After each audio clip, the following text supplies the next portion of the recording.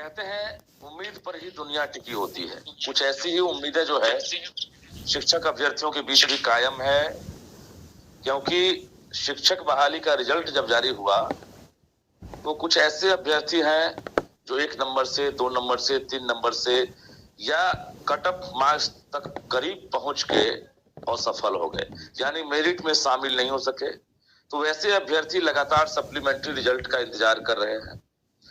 BPSC chairman Atul Prasad ने result के दौरान और उसके बाद भी न्यूज 18 से खास बातचीत में ना सिर्फ घोषणा किया था बल्कि भरोसा भी दिया था कि जो असफल अभ्यर्थी अपने आप को समझ रहे हैं, जो मेरिट से बाहर हैं, जो शिक्षक नहीं बन सके, उनके लिए हम सप्लीमेंट्री रिजल्ट जारी करें, बशर्ते आयोग जो है जो तैयारी कर रही है उसके एवज में शिक्षा विभाग जो है उनको रिक्तियां भेज दे। अब रही बात इंतजार हो रहा है।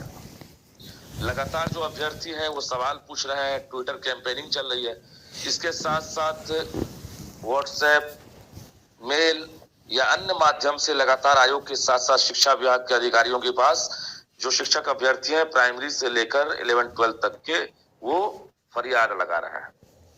अब तक जो ऑफिशियल सूचना है वो शुरुआत के बाद कहीं से नहीं दी गई है। अतुल प्रसाद ने जो घोषणा की थी उसके बाद कहीं से ना तो शिक्षा विभाग ने और ना ही बीपीएससी ने कोई ऑफिशियल सूचना दी है कि हम किस डेट को सप्लीमेंट्री रिजल्ट जारी करेंगे या कितना रिजल्ट जारी करेंगे, ये कोई सूचना नहीं दी गई है। और इस बीच जो है असमंजस जो है वो कायम है और जो अभ्यर्थी है वो कहीं ना कहीं अब घबराने भी लगे। लेकिन जो सूचना मिली है उस सूचना के आधार पर हमने पहले ही बताया था आप लोगों को कि इस महीने के आखिरी तारीख 30 तक ये टारगेट रखा गया है कि सप्लीमेंट्री का रिजल्ट हम जारी कर दें। हालांकि टारगेट जो होता है वो टेंटेटिव होता है,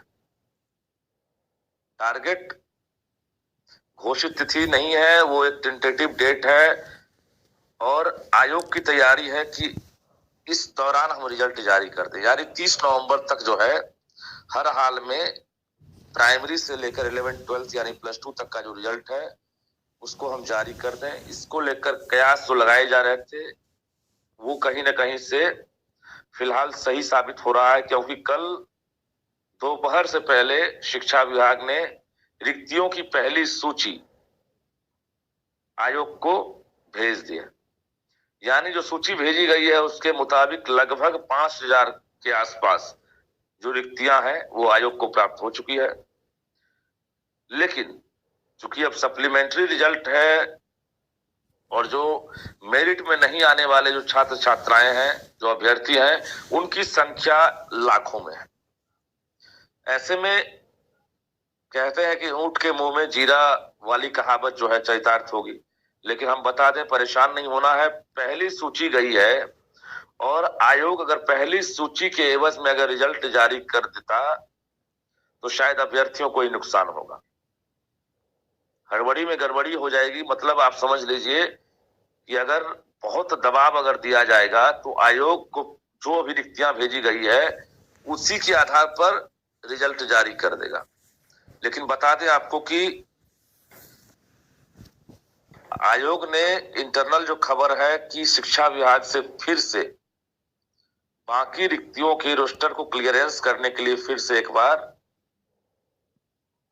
कहा है और उम्मीद रखिए कि कल शाम से लेकर परसों 27 तक जो बाकी रिक्तियां हैं वो आयोग को मिल जाएगी। और जो इंटरनल ये भी खबर आ रही है कि आयोग जो है वो रिजल्ट की तैयारी में जुट गया है।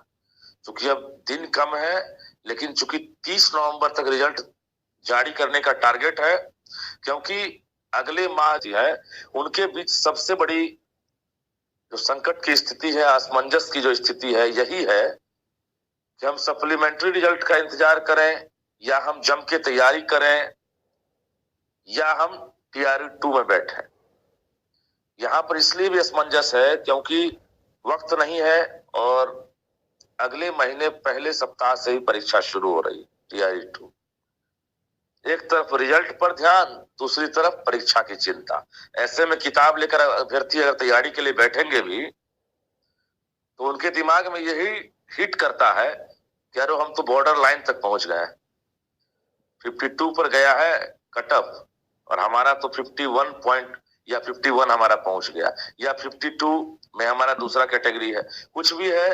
जो बॉर्डर लाइन वाले हैं उनके साथ ये परिस्थिति ज्यादा है, क्योंकि हम तो बाल बाल बचे, हमारा तो रिजल्ट आ ही रहा था।